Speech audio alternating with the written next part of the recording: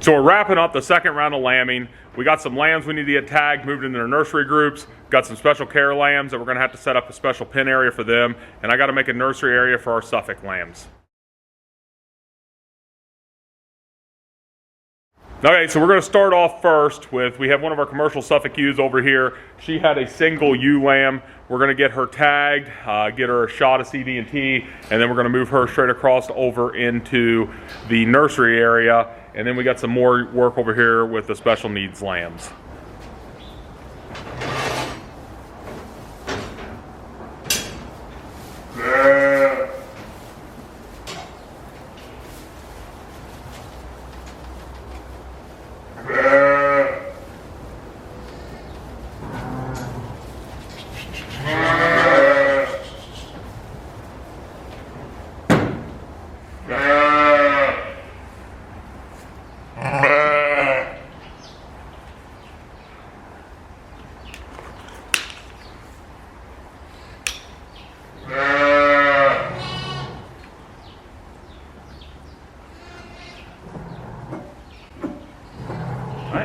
Girl.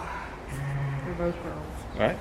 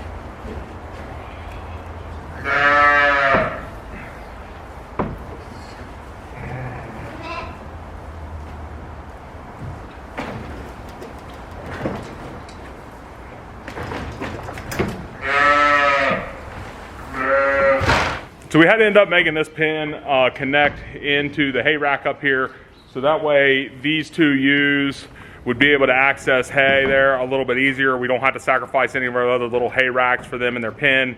It'll just make things a lot more simple for us. The reason why these guys are off on their own is between these three lambs, the one set we believe was at Premature. They were basically born just old enough where they could basically survive on their own. We had ward temperatures outside then, and then the heating barrel, and then Rachel's basically supplemented on milk since the day they were born. The one does pretty good trying to get on the mom, drink off of her a little bit, but we've just been helping them along. And, you know, they're still very tiny. At birth, they were all 5 pounds. You know, we're struggling to get around and everything else, but here, they're what, how old do you think they are? 3 weeks old? Yeah.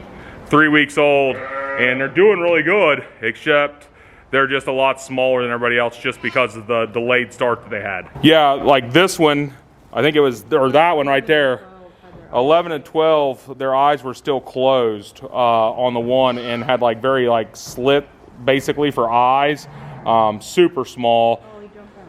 And then, of course, this one jumps in and out of the pen through these lambing jugs because he's getting a lot healthier. And he's getting strong to where he's able to jump in and out of these pen. They're doing great, but, you know, of course, he gets out. He can get back in, but with this being a new pen, I don't know. He'll run around out there for a few minutes while everybody chases him. His mom goes nuts. And over the next day or so, what I'm actually ending up doing, I think, is pulling that panel. That's the panel that can be flipped over or use the headlocks in. And I'll pull it for one of the solid panels we have, just so that lamb can't jump in and out. Everybody seems to be doing good, but you can see at 3 weeks of age, in size comparison, some of these lambs probably only weigh as much now as when our Suffolk lambs are born. And we just didn't want to get them in that big group because the ewes could be kind of rough a little bit with them, headbutting them if they get around, just giving them a flip, like saying, hey, get away from me. But with this set, they got their own little area right here. Should make it a little bit easier for us to take care of. And we waited to tag them or anything else just because tagging them, we didn't want to put any undue stress on them. And also those tags are about $1 a piece. And we weren't sure if they were going to make it or not. But we went ahead, we got them here in their own little area now, and we'll just have to watch them grow. So this set of Suffolks, this is the group that we had marked that one underneath of her with a permanent marker, and I did that just for like a security reason, just so I would know which one it was the difference until the new tags got here. But as these lambs grew, it became very apparent and very easy to tell the difference between the sets, just basically off of the ram's lineage in each one of these sets of lambs. And what I mean by that is I was just talking about how I could tell that one lamb had a certain kind of head based off of the sire that was, used. Our first ram, Rusty, every lamb that was out of him, even with these crossbred ewes, would come out with basically a bald back of head, bald ears, and it was just a very telling sign, from him and his genetics. And I've noticed though that this is a good example in this pen. So this is the first ewe lamb that was born, and you can see, she has this full head, basically classic coverage, has a really, good coverage on her head of wool. This lamb here has Rusty in his line, and you can see the back of his both ears are basically bald. The back of his head or her head, has that bald spot. Her sister over here is just like that, and the difference is this ewe doesn't have any Rusty genetics in her, and that's actually her daughter there, but she is out of a Rusty and this ewe cross, mating, and so, just kind of interesting to see how genetics and hereditary plays in, the aspect of identifying them, but, it makes them really easy to see. And this other lamb that we're going to be moving here into this pen is out of that ram rooster. And looking at the ram rooster and all the videos and pictures that we have of him, and we spent a lot of time with him getting him ready to take up to the fair. He had an extremely dark woolly head, really thick, really dark jet black wool on his head, and he really stood out. And this lamb over here is very similar to that, has that look, has that nose shape, and you can really see a difference in Frosty. His lambs kind of have a more elongated pointy nose, kind of like these are kind of showing it a little bit. Just because when we purchased him from that guy, he said, easy birther, genetics, has smaller heads when they're born, and that's just kind of the difference in them. And here's that ram Frosty right here, and you can kind of see the look he has to his head. He's been beaten on the gate here. And here's Earl. And Earl has kind of a little bit of a different shaped head, more of a diamond, I guess, would come down to a point, a triangular shape. But he's about a year younger than Frosty here. Well, Frosty has more of that really traditional Suffolk head. And Earl's head's always changed a little bit the way he's growing and everything else, but he just has a different look to him.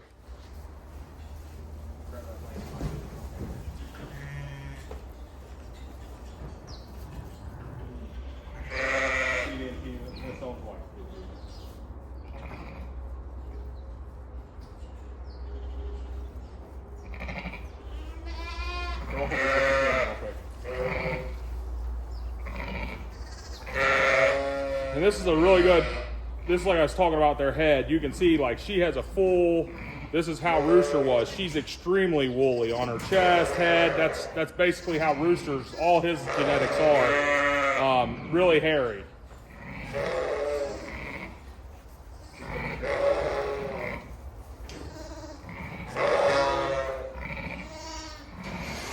Pull that gate open behind you and set that lamb in there. Here she comes.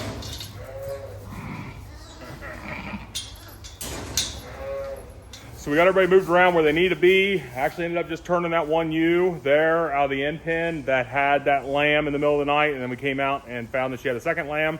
turned her into with the rest of this group yesterday. Basically, me and Rachel started noticing that, like, we thought our lambs might be lagging behind just a little bit. So we brought out a supplemental bottle for them. Rachel tried to give it to them. They wanted no part of it. They would go to the ewe, get underneath of her, and they'd get under her. They'd suck.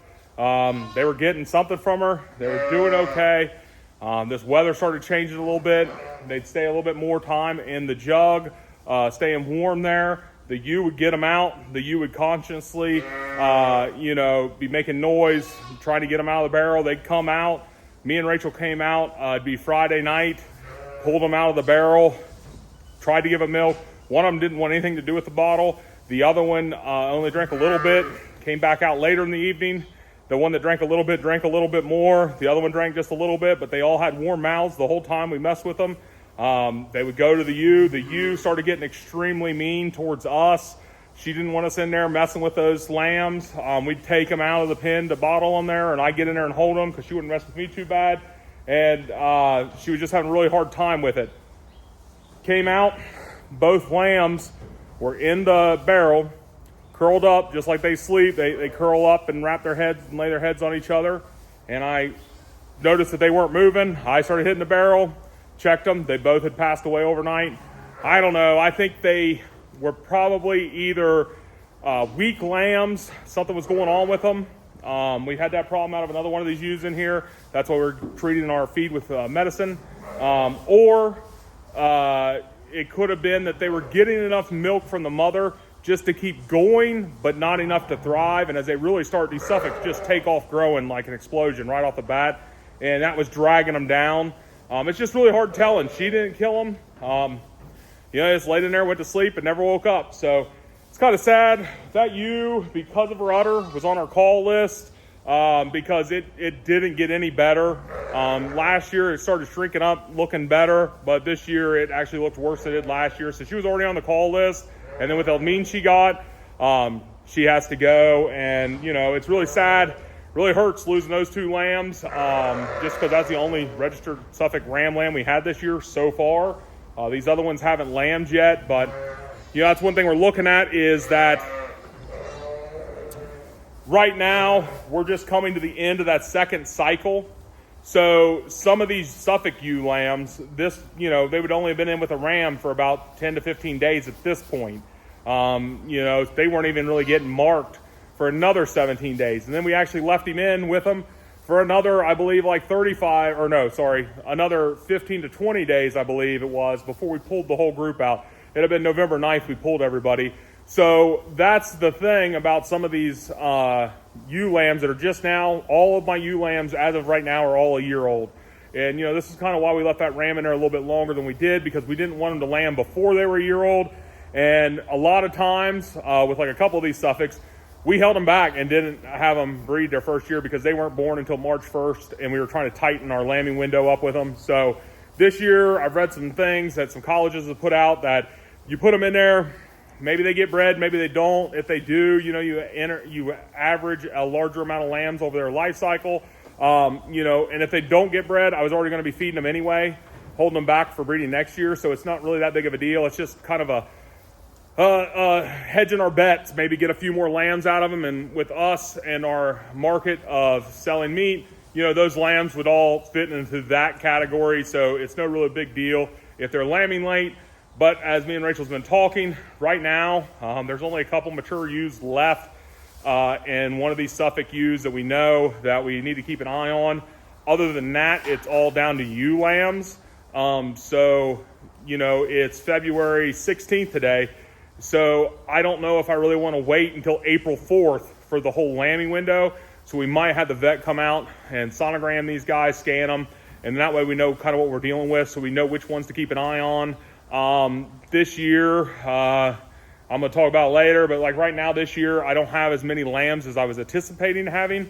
And so I might have to, we were talking today, maybe change up how we have our nursery area, how we kind of wean our lambs and treat our ewes going forward. So we'll just have to see. But so far today, got everybody where they need to be wrapped up, got some fresh hay down. These lambs over here are enjoying their pen. And you can especially see, like, all having fun jumping around. But like, that's that newest lamb, that one I was talking about. You can just see how dark he is. And I mean, he'll lighten up, or she will. She'll lighten up. They all do. But, you know, just at birth, it was way darker than these two twins. This one was kind of dark, but, you know, it's just interesting to see how it all works. But also, another concern we have right now is those lambs that Rachel's been helping out. We're just going to see the lambs seem to be getting along just fine, but the ewes, they're kind of battling out about the same as average would, but we'll just have to keep an eye on them, because sometimes when you have those ewes with those little bottle lambs with them, and you're in there taking care of them and they're staying in those jugs longer than other ewes are, they get extra protective of their lambs, it seems, because, you know, they got their own little world right there. So we'll just have to kind of keep an eye on them, see how that goes, and just keep an eye on everybody. So we got a lot of work done out here today, got everybody moved around where we needed them to be. Well, that'll wrap this one up. Thanks for watching.